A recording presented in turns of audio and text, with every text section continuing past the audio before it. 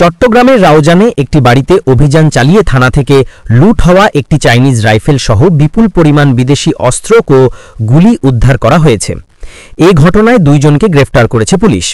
রবিবার ৯ নভেম্বর গভীর রাত ১টা থেকে শুরু হয়ে সোমবার দুপুর ২টা পর্যন্ত রাউজান উপজেলার নোয়াপাড়া ইউনিয়নের ৭ নম্বর ওয়ার্ডের চৌধুরীহাট এলাকার আব্দুর রশিদ মেম্বারের বাড়িতে এ অভিযান চালানো হয়।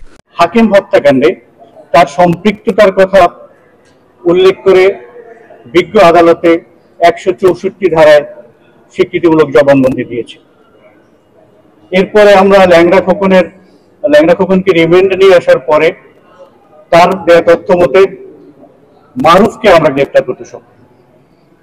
মারুফকে গ্রেপ্তার করে এরপরে আমরা ব্যবহৃত অস্ত্রগুলো কিভাবে অস্ত্র ব্যবহৃত হয়েছে, কিভাবে পরিকল্পনা করা হয়েছে, কে কোথায় থেকে হত্যাকাণ্ডে অংশগ্রহণ করেছে, সব বিষয়গুলো আমরা জানতে পারি।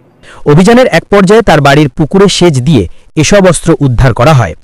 গ্রেফতাররা হলেন ওই গ্রামের মোহাম্মদ শওকতের ছেলে মোহাম্মদ সাকিব এবং সোভান ওরফে শহর মল্লুকের ছেলে মোহাম্মদ শাহেদ। উদ্ধার হওয়া অস্ত্রের মধ্যে রয়েছে ৪টি বিদেশি পিস্তল, একটি রিভলভার, একটি চাইনিজ রাইফেল, একটি শটগান, 7.62 মিলিমিটার ক্যালিবারের ৪৯ রাউন্ড রাইফেলের গুলি, শটগানের ১৭ রাউন্ড কার্তুজ, 7.65 মিলিমিটার ক্যালিবারের পিস্তলের ১৯ রাউন্ড গুলি, ৭টি ম্যাগাজিন, ২টি দেশীয় রামদা ও একটি রকেট ফ্লেয়ার। তাছাড়া ৫০ পিস ইয়াবা ট্যাবলেট, আনুমানিক ২৫০ গ্রাম গাঁজা এবং নগদ ৯৬,০০০ টাকা উদ্ধার করা হয়েছে বলে জানিয়েছে পুলিশ। পুলিশ জানায়, বিশ্বস্ত সূত্রে খবর পেয়ে আমরা ওই বাড়িতে অভিযান শুরু করে পুলিশ।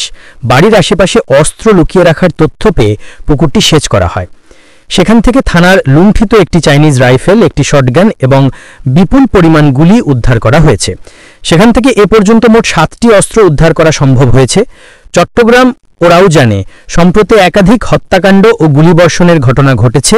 সেখানে এসব অস্ত্রের ব্যবহার হয়েছে কিনা তা খতিয়ে দেখা হচ্ছে। তবে রাউজানে বিএনপি কর্মী হত্যার ঘটনায় এসব অস্ত্রের ব্যবহারের তথ্য পাওয়া গেছে।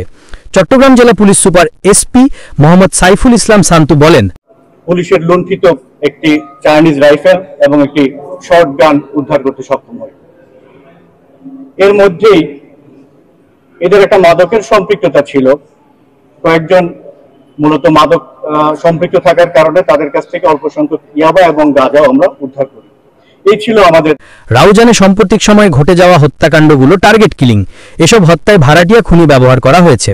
আমরা কোনোভাবেই সন্ত্রাসীদের ছাড় দেব না। হয় সন্ত্রাসীরা থাকবে, না হয় রাউজানের পুলিশ থাকবে। প্রসঙ্গত, সম্প্রতি রাউজান উপজেলায় রাজনৈতিক ও আধিপত্য বিস্তারে গোলাগুলি নিত্যনৈমিত্তিক ঘটনা হয়ে দাঁড়িয়েছে। সন্ত্রাসীরা রাজনৈতিক নেতাদের ছত্রছায়ায় একের পর এক হত্যাকাণ্ডের ঘটনা ঘটাচ্ছে। এসব ঘটনায় সন্ত্রাসীরা অত্যাধুনিক বিদেশি অস্ত্র ব্যবহার করছেন।